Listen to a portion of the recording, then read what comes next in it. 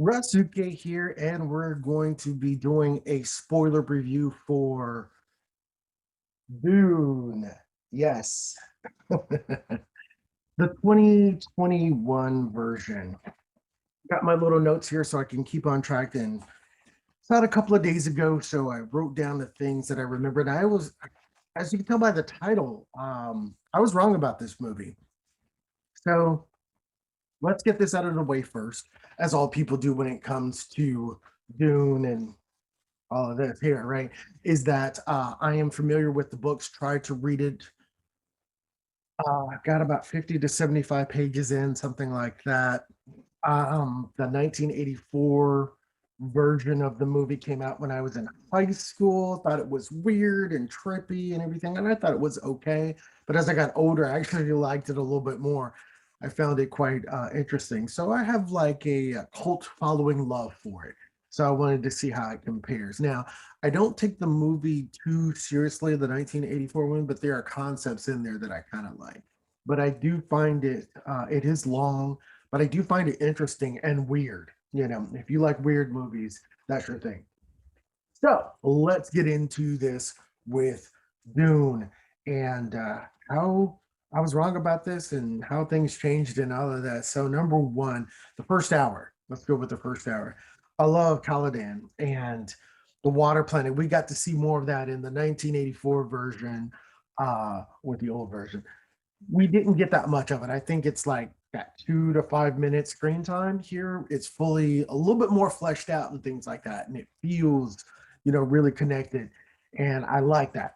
And when Paul first does his voice to Lady Jessica, his mom, well, there's this ominous like thing. I love how that feels. I was like, for a second there, I was like, oh man, if this is how it's starting, I might like this. I was like, as someone who really liked the 1984 version, I was like, oh man, I think I'm on board on this, and pass me the water. Like once again, spoilers.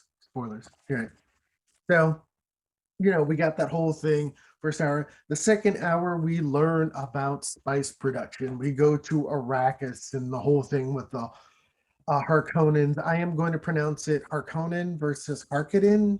I actually like that pronunciation better. It just sounds a little bit more meatier, a little bit more barbaric. Harkonnen versus Harkonnen. Like Hark the Herald, Angel Sing sounds a little light and fluffy, where Harkonnen, beefy. So anyway, we in hour two we get the Harkonnens leaving. Dave Bautista's upset, and then House Atreides gets there, and we learn way more about spice production than we assume. And then Paul starts having dreams and visions of a girl, and you're a 15-year-old boy. How are you not having dreams of girls? Basically, Paul is having wet dreams. You know what I mean? And I'm like, yeah, you're dreaming about girls, all right. You're dreaming about a lot of girls. So that's, that doesn't surprise me. Like, who doesn't, right? So, hour three, we get the Harkonnen invasion. And this is where finally some action takes place. So, you have the betrayal, you have the Harkonnens coming in, and House Atreides just getting murked and murdered and slaughtered left or right, and explosions, and everything is just in disarray, and they're just on their running for their lives and things like that, right? Hour four, we get Paul and Jessica in the desert where they're in a sand dune and they're talking and talking and talking. They still didn't put on the suits yet, and they're talking. And then they meet up with the worm, and then Jason Momoa shows up because he escaped and did his awesome sword fighting thing. And then hour five, we get Paul and Lady Jessica. They meet the Fremen, and man, they have this anticlimactic little knife duel fight. Now, the fact that Paul's never killed anybody, which we, you know, that did give us some weight because they were like, "Hey, he's never done this before." Like this, it did give it some weight, but that was supposed to be, that's where it ends. About after 5 hours, that was Dune. That was that was it. I have a problem. I was on board after 2 hours, but when we got to hour three, four, and five, especially when we got to four and five, I just couldn't take it anymore. It was boring. It was, and I got a list here of all the things that are a problem with this. And this movie's not a 10, a nine. I think if you're a fanatic, you would probably give an eight. If you're somewhat of a fan, maybe a seven. If you're a normal person, five or six. That's that. I'll tell you my score after I go through this. And if you're not familiar with it, this is spoilers. So I'm going to tell you some things that are in the 1984 version that, and mind you, I didn't read the books, but I know more from the 1984 version than this. I don't need to watch two movies because this is part one. It actually says it begins, right? And that means you're going to have to watch another 2.5 hour movie just to connect all these things. And for the information I'm about to tell you, I don't know if that's worth your time unless you're a hardcore fan or a fanatic of it. So this movie is not memorable. It really isn't. There's no big set pieces. There's just that one invasion and I guess a knife fight. Most people are talking about Jason Momoa. I can understand that. But at least in the old one, there were quotable lines. That's the thing I talk about. Like, Father, the sleeper has awakened. That's very powerful from the first one. I will kill him. What's in the box? What's another one I love? Long live the fighters. That's a good one. And those have been around pop culture for about 30 to 35 years. I mean, it's just incredible. Um, and this one actually, less. Yeah, less. Let me tell you what less you get. You get less knowledge. You get less emotions. You get less information. You get less Zendaya lovingly. Where is she? Oh, there she is. You get less of Zendaya looking up and visions of her just staring and gazing. Yeah, you get less of that. Uh, and dream sequences. You also get less powers and weird visuals. The other one is the 1984 version is weird. I will admit that. If you're not into weird, psychedelic, crazy things you can't understand, um, I can see how that puts you off, which I kind of like because it's just different. This is sci-fi, this is alien. People, the year is 10,191. 10,000. Put that on your calendar. 10,191. You should expect weirdness in the year 10,000. It's just, if you're still looking at helicopters in 10,191, you have not progressed at all. And we can get into some of that later. But yeah, you get less resolution too. It ends with this stupid little knife fight against some of the Fremen over here and things like that. So yeah, another thing too, they don't really give you the impact of the spice and worm connection. Believe it or not, there's a connection. And Paul, to me, Dune is about, where is he? Okay, Paul, the worms, and the spice, and then everybody else is just 360 around them, and they're just moving pieces around those connections and things like that. But you don't get the spice and worm, spice worm connection, water of life, which I can't remember if it's the worm's bile or the worm's saliva. I can't remember that. If it's that, I'd have to look at the movie again. Um, and then Paul's mental powers and his growing anger that he does an okay job, but his emotional range is just here. In fact, everybody's just kind of there. Jessica, where is she? Right there. She like cries a lot, so maybe she has more emotions because the other Jessica doesn't cry and weepy and oh my son, all that stuff. Uh Missing info. Do you know what a mentat is? Do you want to know why they're using swords in the far future and not guns? Are you wondering why they don't use computers and things like that? They don't tell you why. Hopefully, I can get through this one quick. Okay. The stuff that we talk about now about AI taking over and robots and everything and Terminator and Skynet and all of that, that actually happened in the Dune universe a long time ago when humans were enslaved. Therefore, once they had their rebellion, they decided to go into themselves and turn themselves into supercomputers. If you remember the fat guy whose eyes went all white and dilated or whatever, he is a walking supercomputer. So now people have developed their minds and their bodies more so than computers. And computers are considered, they just make what they call like dumb machines. Like it just does like one or two functions, that's it. Don't put AI in it, don't make any advanced ones and things like that. So that's what a mentat is. Um, you don't know about royal conditioning. The Bene Gesserit, they only show like twice with the needle and then meeting with the Harkonnens, the Spacing Guild, the Emperor. They never show that. They're just far off there. So you're missing all this information. And I got all of this, not from the books, but from one movie. And I know, oh, that's the Spacing Guild. I see how the Bene Gesserit are. Oh, there's royal conditioning. Oh, a mentat. Somebody who can calculate, who's a walking freaking supercomputer, and they are everywhere. And they know medical records. They can just store like millions amount of information and just look up into their brains. And the year is 10,191. So, so you don't even know all of this. This is all missing. Also, too, who's the villain in this? Who's the villain in this movie? Um, Is it the Baron? Is it the Beast Raban? If you don't know who that is, that's Dave Bautista, who did two things. He was chopping off heads, but they didn't really show it. I understand that. He didn't do too much. Is it the Emperor? Is it that anticlimactic night fate? Ooh, in the back, dead.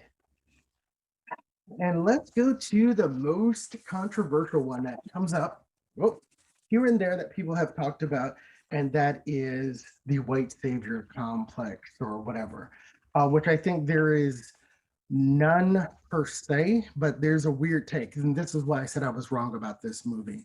There are ethnic people in Dune that the directors and producers have hired to make this diverse cast, which personally I think is unnecessary to a degree. But I did notice around hour 4 and hour 5 that most of the ethnic people were Fremen, and most of them, if not all of them, died. So you hire all of these people, and they mostly die. Jason Momoa dies. The Kynes lady over here, who was male, played by the great actor Max von Sydow, if you know who he is, he's great. They not only did they gender bend him and change him into a woman, they're like, no, let's not make it a white woman, let's make it a black woman, and then we'll get a 2-for-1, gender and race, and we'll kill her. So they kill her, right? They killed Jason Momoa. Even the maid was ethnic. She dies. And then all of these white people here are alive. Now, not the saying that, those characters didn't die, but when you're saying we're including people of color, yeah, they're all used to be murdered and killed with just bad optics, like why would I care? Like that's stupid. And in fact, there's one Asian guy in the entire movie, and I believe he's Chinese. Excuse me if he's not. And he turns out to be the traitor. He turns out to be the traitor of House Atreides. So you've got Chinese, you've got Hispanic, you've got black, and they're all dead or they're betrayed. Well, he died too. So yeah, they all either die or they're betrayers and die. They all sacrifice themselves for the people. Even the Harkonnens are all like these pasty white kind of people, that sort of thing. And I know that some of you who have read the books are saying, well, it's supposed to be a statement about it and stuff like that. I actually like the 1984 version when it's just all white. Like I'd rather have that than this. And if you really don't care about this diversity thing and that sort of thing, then I have a proposal. Then Jessica should have been Mexican. Paul Atreides should have been Asian. The Baron Harkonnen should be somebody from India, and Leto should have been black. There you go. There you go. Harkonnen, Indian, Lady Jessica, Mexican, Leto, black, and Paul Atreides, Asian. Yeah, figure that one out. It's the year 10,191. There you go. But no, we're not going to do that. We're going to make all the ethnic people being abused and taken over by these houses and things like that. So that's what I was wrong about the movie. It actually made me like the movie, dislike the movie even more with this stupid casting and gender bending. So I don't see it as a white savior trope. I just see it as pandering and then killing them off and saying, oh, we met a quota, click, click, done, you're out of here. Here's your paycheck. See you. You're not important to the story. Your death is better than having you around. Exit stage right. So let's wrap this up, shall we? The older version is much better. It has way more style and design, and I will fight anybody on that. We could go frame by frame if you want. Cinematically, this movie might be better, but I would compare, if you want to compare clothing, hairstyles, intensity, emotion, uh, tension, 1984 beats you every single time. And I can go frame by frame, set by set. There are parts in the 1984 version where there's actually color. There's rooms where it's all green and it looks like it's from Aztec or something like that. It's there. Sometimes it looks like it's from the Middle East. Well, there you go, the Middle East, right? But there are other influences in the 1984 version, European, and things like that. There's all these different influences and there's different ranges in color and style. This thing is just pretty much two colors, brown, silver, gray, all within that spectrum. Black. I think that's it. Hardly any reds, any greens. I know. No green, right? Vegetation. Um, I would say the old version is for people who like weird movies. So, I know it's not for everybody, but I like sometimes weird movies. So that's my holy thing.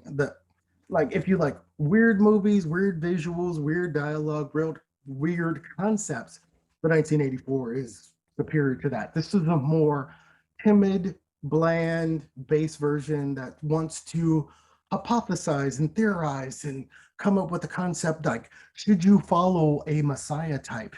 These are the dangers of following the hero blindly because Paul will have a downfall. Get it? Paul will have a downfall. All right. Uh, so after watching this makes me question the entire Dune universe. I used to be okay with it, but this has really made me re-examine everything. And I have to tell you, this has pushed me off of Dune. And now I feel like I don't like the Dune universe. I really do. It's like, oh, these are the concepts. And let me say this too, like I know Frank Herbert's cultural reference towards the Middle East, which I am personally not a big fan of, the culture and the style and all of that. I'm not. So the more they lean into that, and it was weird to see Lady Jessica dress up that way versus the 1984 version. It's kind of weird to see that when she's white and British. It didn't work for me. It maybe works for everything else, and maybe it works in the book. But seeing more of it, it just kind of pushes me away more and more.